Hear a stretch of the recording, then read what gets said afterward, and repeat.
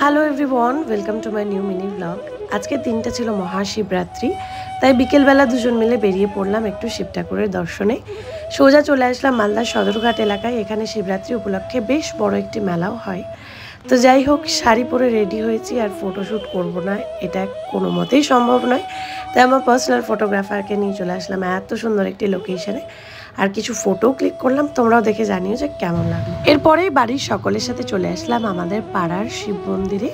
তখন বাজে প্রায় 1:30 মতো, আর এইখানে শিব পূজা করে চলে যাব আমাদের পাড়ার আরও একটি মন্দিরে। সেখানেও পুজো শুরু হয়ে গিয়েছে, তো আজকের অঞ্জলিটা আমি সেখানেই দেব। তো যাই হোক, ছোটোবেলা থেকে এই দিনটা আমার কাছে ভীষণ স্পেশাল।